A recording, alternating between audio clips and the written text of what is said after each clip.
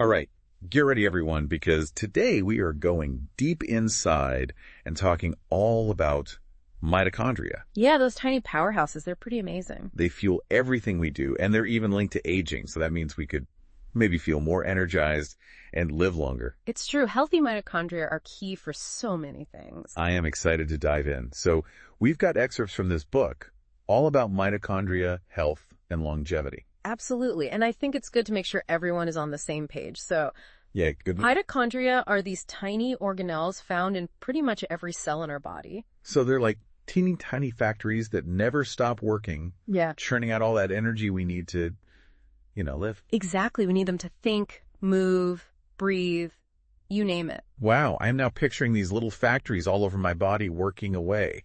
Well, they are. And get this, mitochondria are involved in way more than just energy. Really? Like wait. Like cell death, stress management, immunity, and even tissue repair. Whoa, they're way busier than I thought. But okay, let's go back to the basics for a sec. Sure. How do these tiny powerhouses actually create energy? You got it. So it all starts with the food we eat.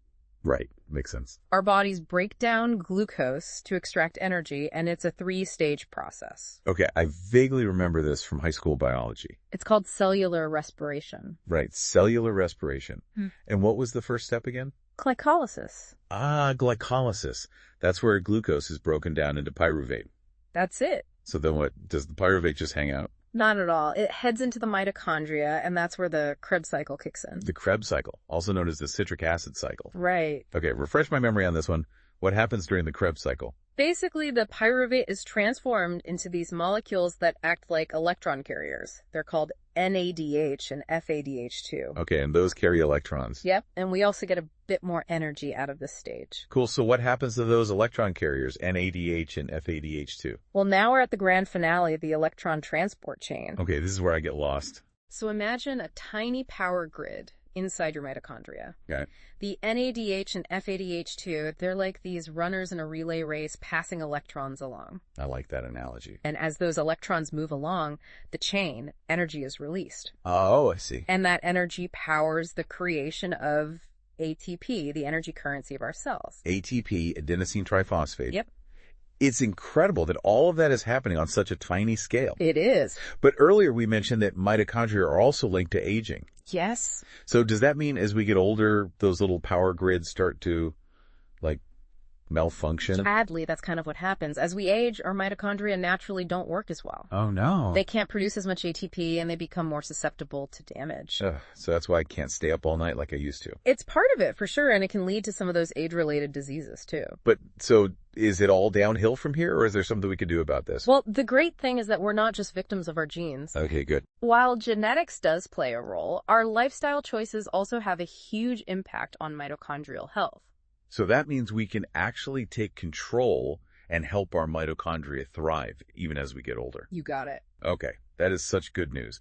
So let's dive into what things can cause our mitochondria to, get weaker over time. Well, there are actually several culprits, some you might not even think about.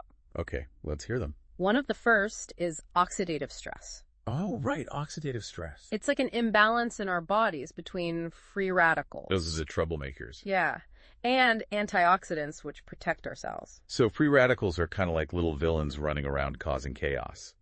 Yeah. And when there are too many of them, they can damage our mitochondria, making them less efficient at producing energy. Okay, so how do we fight back against those free radical villains? That's where those antioxidants come in. Like a cellular superhero squad. Exactly. They neutralize the free radicals and protect our cells from damage. I love it. So it's like an epic battle going on inside us. It is. And oxidative stress is just one factor. Right, you mentioned something about DNA mutations before, too. Oh, yes.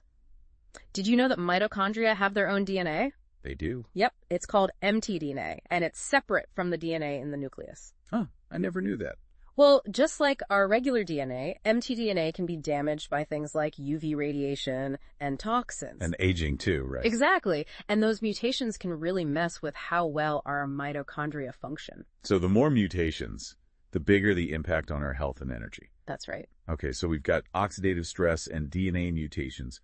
What else should we be aware of? Chronic inflammation is another big one. Oh, right, inflammation. When our bodies are constantly fighting inflammation, it can drain our energy reserves and impair mitochondrial function. Okay, so it's like our bodies are too busy putting out fires to keep up with mitochondrial maintenance. Exactly. And then, of course, there's lifestyle. So this is where our everyday choices come into play. Things like what we eat and how much we move our body. Got it. So like a diet full of junk food probably isn't doing our mitochondria any favors. Sadly, no. Processed foods and lots of sugar can lead to more inflammation and oxidative stress. And we know those are both bad news for our mitochondria. Exactly. But on the other hand, What about exercise? I feel like I've heard that working out can actually be good for your mitochondria. you've heard right. Regular exercise, especially aerobic exercise like running or cycling, is incredibly beneficial. So what does it actually do? Does it make our mitochondria stronger? It does. It actually stimulates the production of new mitochondria. Wait, we can make more mitochondria? We can. It's a process called mitochondrial biogenesis. So it's not just our muscles getting a workout, our mitochondria are getting stronger too. Exactly. Well, we're a society that sits a lot. That's true. So what happens to our mitochondria when we just sit around all day? Well, think of it like this. If we don't challenge those little factories to work harder, they can become less efficient over time. Makes sense. They get kind of lazy. Yeah, they need regular stimulation to stay sharp. Okay, so we've talked about oxidative stress, DNA mutations, inflammation, diet, and exercise.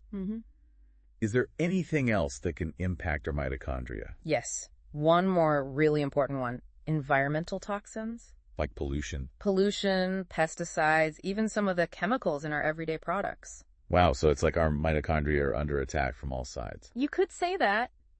But the good news is there are lots of things we can do to protect them and help them thrive. Okay, phew. I'm definitely ready to hear about those strategies for boosting mitochondrial health. Well, let's take a quick break, and when we come back, we'll dive into all the exciting ways we can power up our mitochondria. All right, so before the break, we were talking about all those things that can negatively impact our mitochondria. Right, like environmental toxins. Yeah, it can feel kind of overwhelming thinking about all that stuff. I know what you mean, but the good news is Good news, yes please. we actually have more control than we think. Ooh, that makes me feel better. Even small changes can make a big difference. Okay, so what are some things we can start doing to protect our mitochondria? Well, one of the simplest is filtering your water. Oh, right, filtering water. It removes all those heavy metals and impurities that our bodies don't need. I actually started filtering my water recently, and it tastes so much better. I know, right? It's amazing what a difference it makes. And then another thing you can do is try to choose organic produce whenever you can. Oh, yeah, organic to reduce pesticide exposure. Exactly. Okay, makes sense. What about air quality? Is that something we should be thinking about? Definitely, especially on those high pollution days. You might want to skip that outdoor run. That's a good point. I've definitely felt that before. Like when the air is really bad, I don't feel like exercising. It can make a big difference. And, something else to think about is the products we use at home. Oh, yeah, like cleaning products and stuff. Exactly. Things like cleaning supplies, personal care products, even air fresheners. They can contain chemicals that can mess with our hormones. And potentially harm our mitochondria. Exactly. So choosing more natural alternatives can be really helpful. Like the fewer ingredients, the better. Pretty much. Okay, good to know. So we're filtering our water, eating organic, checking air quality, and being mindful of what we use around the house. That's a great start. And now I want to talk about exercise, because we touched on it before, but I'm fascinated by how working out impacts our mitochondria. Yeah, it's pretty amazing. So is it really like strength training for our mitochondria? It really is. When we push our bodies physically, our mitochondria have to work harder to keep up with the increased energy demands. And that makes them stronger. Exactly. And I read that it actually causes our bodies to create more mitochondria. It's true. It's a process called mitochondrial biogenesis. Wow. So we can actually increase the number of mitochondria we have. Yes. And they don't just multiply, they also become more efficient at their job. So they get better at extracting energy from food and become more resilient to damage. It's like a win-win. Totally. So the more we exercise, the more energy we have, and the better our mitochondria function. It's a beautiful cycle. I love that. Yeah.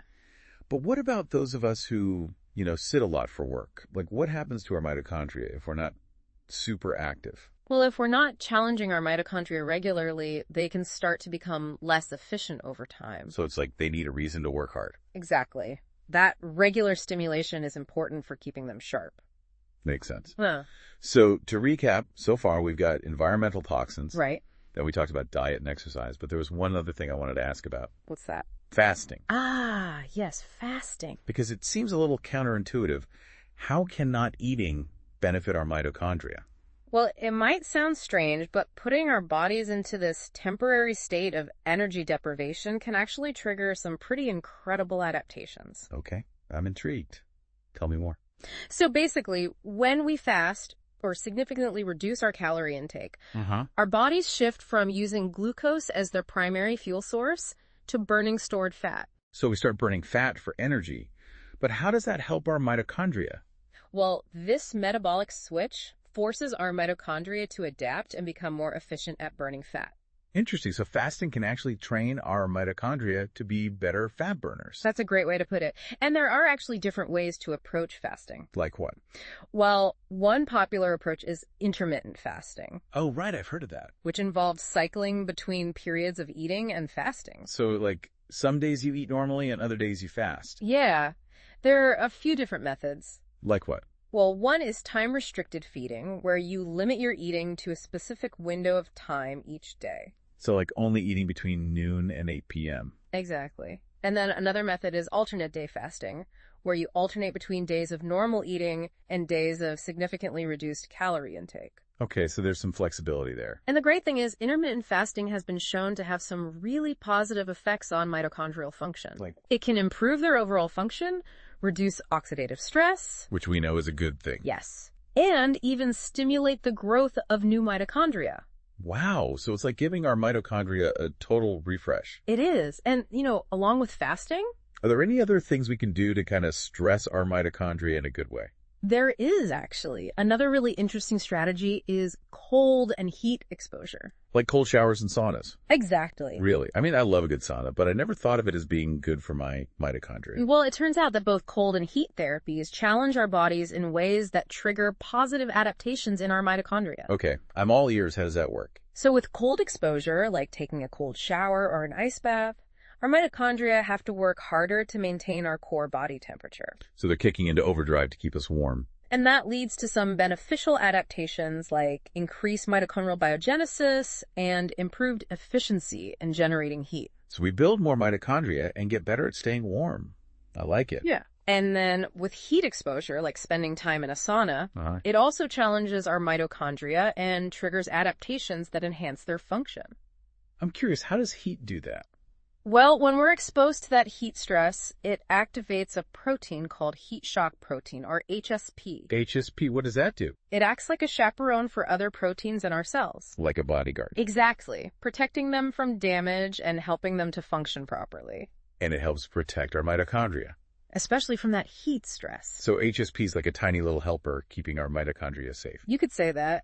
And sauna use in general has been linked to a whole bunch of health benefits. Like what? Improved cardiovascular health, reduced inflammation. Wow. Even enhanced longevity. So it's not just relaxing, it's actually doing good things for ourselves. It is. Okay, that makes me want to book a sauna session right now. But before we move on to the next thing, I want to talk about stress. Stress, yes. It's a big one. I mean, we all experience stress, but I'm guessing that chronic stress is not good for our mitochondria. You're right. Chronic stress can really take a toll on our whole body. Including our mitochondria. Especially our mitochondria. So how does stress actually impact those little powerhouses? Well, when we're stressed, our bodies release a hormone called cortisol. Cortisol, right? And while cortisol is really important for helping us cope with short-term stressors. Like if you're about to give a presentation or something. Exactly. But if those cortisol levels are high for a long time, it can have negative effects on our mitochondria. Like what kinds of effects? Chronic stress and high cortisol can impair mitochondrial function. Oh, no. Increase oxidative stress. Oh, not that again. And even contribute to mitochondrial DNA damage. So basically, stress throws everything out of whack. It does. That's why finding healthy ways to manage stress is so crucial for protecting our mitochondria. Absolutely. What are some things we can do to kind of de-stress and give our mitochondria a break? Well, mindfulness practices like meditation and deep breathing exercises have been shown to be really helpful for reducing cortisol levels. Those are good ones. I try to do deep breathing when I'm feeling overwhelmed, and it really helps. Yeah, it's amazing what a difference it can make. Another thing that's great is spending time in nature. Oh, yeah. Being in nature is so grounding. Even a short walk in the park can lower cortisol levels and boost our mood. And exercise is a good stress reliever too, right? It is. Physical activity helps to release endorphins. Those feel-good chemicals. Exactly. Which have mood-boosting effects. Okay, so exercise is good for stress management, good for mitochondrial health. It seems like it's good for everything. Pretty much. And you know something else that's incredibly important? What's that? Sleep. Oh, yes, sleep. That's my favorite. Sleep is when our bodies, including our mitochondria, go into repair and rejuvenation mode. So those little powerhouses need their beauty rest too. They do. During sleep, our mitochondria are busy repairing damage, clearing out waste products, and basically getting ready for the next day. So if we're not sleeping enough, our mitochondria are just working nonstop. Exactly, and that can lead to all sorts of problems like impaired mitochondrial function, increased oxidative stress. And probably premature aging? Yes, all of that. It's like running those little power plants into the ground. Okay, I am definitely going to prioritize sleep from now on. Good. Most adults need between 7 and 9 hours of sleep per night. 7 to 9. All right, I can do that. And finally, I want to talk about supplements. Yes, supplements. Are there any that can help give our mitochondria an extra boost? There are. While supplements aren't a replacement for a healthy lifestyle. Right, they're not magic. But certain supplements can provide more targeted support for mitochondrial function. Okay, I want to know all about them. What are some of the key players here? Well, one category that's getting a lot of attention lately is NAD plus precursors. NAD plus red, what's that? It stands for nicotinamide adenine dinucleotide. Oh, wow, that's a mouthful. It's a coenzyme that's found in every cell of our body, and it plays a vital role in energy metabolism and cellular repair. So it's involved in those key processes that keep our cells and our mitochondria functioning properly. Exactly.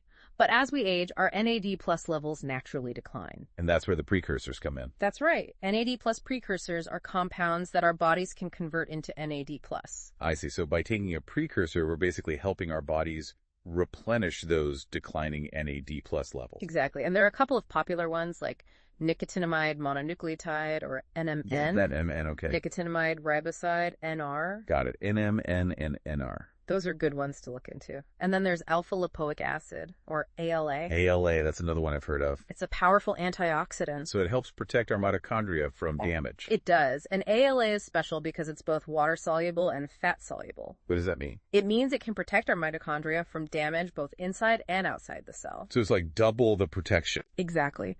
And then there's resveratrol, a polyphenol found in grapes and red wine. Oh, yes. Resveratrol. I've heard that's good for you.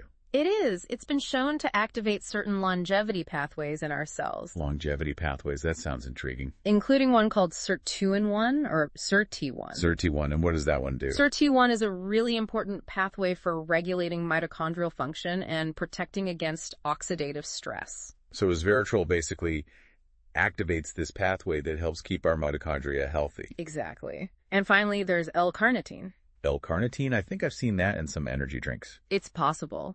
L-carnitine is crucial for transporting fatty acids into the mitochondria. So it's like the delivery service for the fuel that mitochondria use. That's a great way to think about it. And by making that transport process more efficient, L-carnitine can help improve energy production and reduce fatigue. Wow, we have covered a lot of ground here. We have. From diet and exercise to stress management and supplements, it's clear that there are so many ways we can support our mitochondria and optimize their function. Absolutely. And the best part is, it's never too late to start making changes. Welcome back to our deep dive all about those amazing little powerhouses, mitochondria. They really are fascinating, aren't they? They are. So we have learned a lot about how they work and all the things that can impact their health. Right. We've covered a lot of ground. And now I am ready to actually put all of this knowledge into action. So where do we even begin? Well, the first step is to take a look at your current lifestyle. Think about your diet, exercise habits, sleep, stress levels, the whole picture. Okay, so kind of like a self-assessment of our daily habits. Exactly. And once you have a clear idea of where you're at, you can start to pinpoint those areas where you could make some improvements. And it doesn't have to be this huge, overwhelming change, right? Definitely not. Small, sustainable changes are the key. I like that, small and sustainable, so start with something you can actually stick with. Exactly, like maybe swap out that soda you usually have with dinner for a glass of water. Easy enough. Or add some berries to your breakfast. Exactly. Those little tweaks can make a big difference over time. They really can. And then as you start to notice those positive changes, it motivates you to keep going. It's like a domino effect. Totally. And we shouldn't be afraid to try different things and see what works for us. Absolutely. Find what resonates with you in your lifestyle. So maybe I'm not a fan of cold showers, but sauna sessions sound amazing. Perfect. Or maybe intermittent fasting isn't your thing, but you can focus on adding more veggies to your plate. Exactly. There's no one-size-fits-all approach. That's right. It's a journey, not a destination. And the cool thing is, What? our approach can change and evolve as we learn more. I love that perspective. Yeah. So let's recap some of those key strategies we've talked about, starting with diet. Okay, with diet, we're aiming for lots of those nutrient-dense foods. So things like colorful fruits and veggies, leafy greens, nuts, seeds, fatty fish. Yes, all of those. And remember those antioxidants. The mitochondrial superheroes. They are.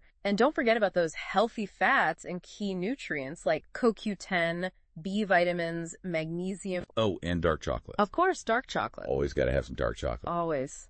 And on the flip side, we're cutting back on sugar, processed foods, refined carbs, and unhealthy fats. It's like we're giving our mitochondria the VIP treatment. We are. And then with exercise, we know that a mix of cardio and strength training is the ideal combo for our little powerhouses. It's about getting that heart rate up and challenging those muscles. Exactly. And we learned that even short bursts of high-intensity exercise can be super beneficial. Yes, those HII workouts can really make a difference for mitochondrial health. Okay, good to know, because sometimes I just don't have time for a long workout. I hear you. And then another crucial piece of the puzzle is stress management. Right, we need to find ways to chill out and keep those cortisol levels down. Whether it's meditation, deep breathing, listening to music, spending time in nature, whatever helps you unwind. Whatever brings you joy and lowers those stress levels. Exactly. And of course, we can't forget about sleep. Sleep is so essential. It is. Those mitochondria need their beauty sleep, just like we do. They really do. So aim for 7 to 9 hours of quality sleep each night if you can. All right, 7 to 9 hours, noted. And finally, those supplements. What are your thoughts on those? Supplements can definitely be helpful for providing targeted support, but they're not a cure-all. Right, they're not a substitute for a healthy lifestyle. But certain supplements like NAD plus precursors, ALA, resveratrol, and L-carnitine can play a role in enhancing mitochondrial function. So it's worth exploring, but always talk to your doctor before starting any new supplement regimen. Always a good idea. Well, this has been an amazing deep dive into the world of mitochondria. It really has. I'm feeling so much more aware of these tiny powerhouses and how much they impact our health. That's wonderful to hear. And remember, we have the power to influence our mitochondrial health through the choices we make every day. Absolutely. It's all about those small, sustainable changes that add up to big results over time. And as we learn more about these incredible organelles, we can continue to optimize our health and vitality. This has been so fascinating and insightful. I'm feeling inspired to make some positive changes in my own life. I'm so glad to hear that. Remember, it's a journey and we're all in this together. Thanks for joining us on this incredible journey into the microscopic world of mitochondria. Be sure to check out the show notes for more information and resources on everything we talked about today. And until next time, take care of yourselves and those amazing little powerhouses inside you. Bye, everyone.